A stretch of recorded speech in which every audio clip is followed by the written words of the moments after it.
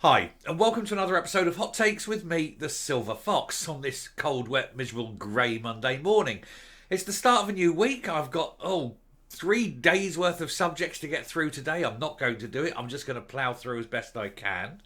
And we're going to start with a particular topic that is difficult, it's controversial, and it's one I think that everyone has a viewpoint on. And the thing about this, we're going to look about, it's a viewpoint that is not run by political ideology.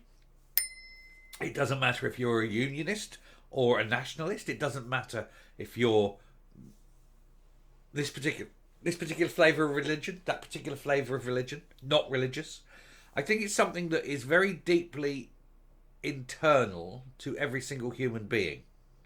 And it's a question of, do you allow the assisted dying of someone who is suffering and who's in great pain? Now, I'm going to have my view, and I'm not going to express my view until after I've done the main piece here.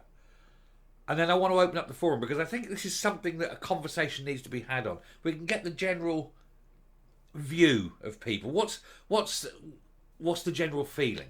Is it pro or against? Let's take a look.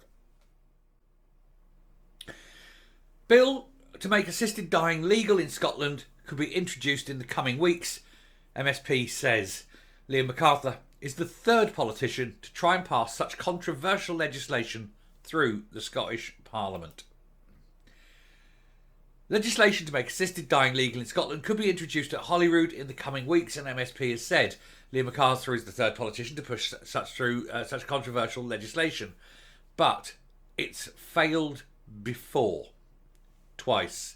And it's not just failed at Holyrood, it's failed at Westminster, and it's failed in quite a few countries. There are some countries that allow it. So far, nowhere in Britain is it legal. However, that said, whilst not strictly speaking legal, we all are aware that it happens. There are cases of people, where doctors have done this. They've eased the passing. Indeed, King George V was euthanised. Anyway, the Lib Dems hope his members' bill could have enough support to pass its crucial first stage vote, something the previous two attempts at legislation failed to achieve. MacArthur has now confirmed to MSPs that he would hope to be in a position to formally introduce the Assisted Dying for Terminally Ill Adults Scotland Bill in the next few weeks.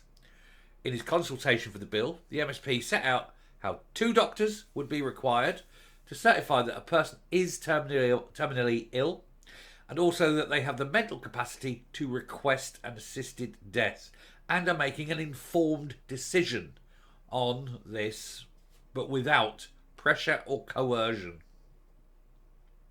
A reflection period would then take place before a doctor would prescribe the necessary medication, which the person would then be able to take themselves.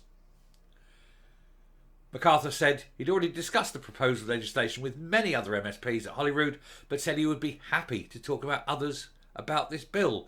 He said, please do not hesitate to get in touch or collar me in passing, he told MSPs in an update about the proposals.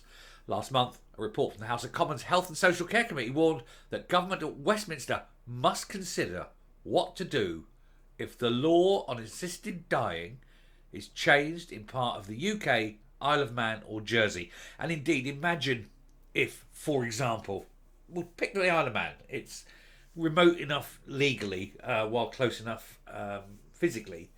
Imagine the Isle of Man suddenly passed a law at the House of Keys and said, okay, we're going to allow it. We're going to allow this where, very strict conditions, it was allowable. You would get terminal tourism. Undoubtedly, you'd get terminal tourism. And because it then would be so easy, rather than having to sort out everything and go to Switzerland and whatever, they'd have to address the problem. It would be a matter of urgency to address the problem at Westminster, at Holyrood, and at Stormont. It's very difficult, and it isn't going to be easy. And this is the point. This is why we have MPs, MSPs, whatever. They have to discuss the difficult choices. And this is a very difficult choice. The committee report said ministers should be actively involved in discussions on how to approach the divergence in legislation. Okay, so that's the piece. Now, I'm not going to take a long time on this one. This is just a quick one because I think it's more important on what you say. So I'm just going to come out now. I'm going to give my view, then I'm going to stop, and then it's over to you in the comments. So we'll leave it there. I'll come up. Right, I do have a view on this, and I'm going to say, before I tell you what the view is, I think it's important that I just give a little bit of background. I have watched people dying of cancer. I've watched people dying of very long-term mental decline. I watched my own grandmother dying of COPD. And it's long, drawn-out, painful deaths. If there was a magic button and I could push it and know that they would just slowly drift away in their sleep, just fall unconscious and not be consciously aware of what was happening, I would push the button. I would send them to their rest, because I have seen the pain, the struggle, and it is terminal. They've all been in terminal decline. There is no way back for any of them. At the early stages, you can still have life. You can still have active life.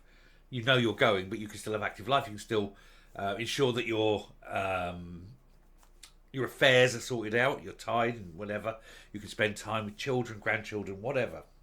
But there comes a point where the quality of life is so low, where you are usually bedbound, where you are in extreme agony, or you have deep breathing problems, or you have constant fear. And that was the other thing I saw as well. And I think that if an adult human in a position like that had the option to take the decision to say, look, my time has come, it's my choice, it's my life, my life belongs to no one, I would like to pass peacefully, painlessly and quickly, surrounded by family and friends, with my last vision, sound and feeling being in a cushion of love. Then that, I think, is the way forward. And a little cocktail of drugs goes in, you get something morphine-like, away you go, and then potassium or whatever to stop the heart, something like that. Why not? If you had a dog that was suffering and you didn't put it down, you would be prosecuted for animal cruelty. And I think it's no different with human beings. Now that's it. That's my view. I am pro, given specific, rigorous controls. 2 doctors, informed consent, conscious enough to make the conscious decision. Maybe prior to, if I'm in a coma and there's no way back and I'm in a coma for more than X number of months, 3 months, say 90 days, do it to me, that sort of thing. You can have, pre-informed consent, things like that. But if it's there and it's all built in and there are enough safeguards, then yes, my view is it should be a thing. I'll stop and I leave it over to you. Thank you very much for watching.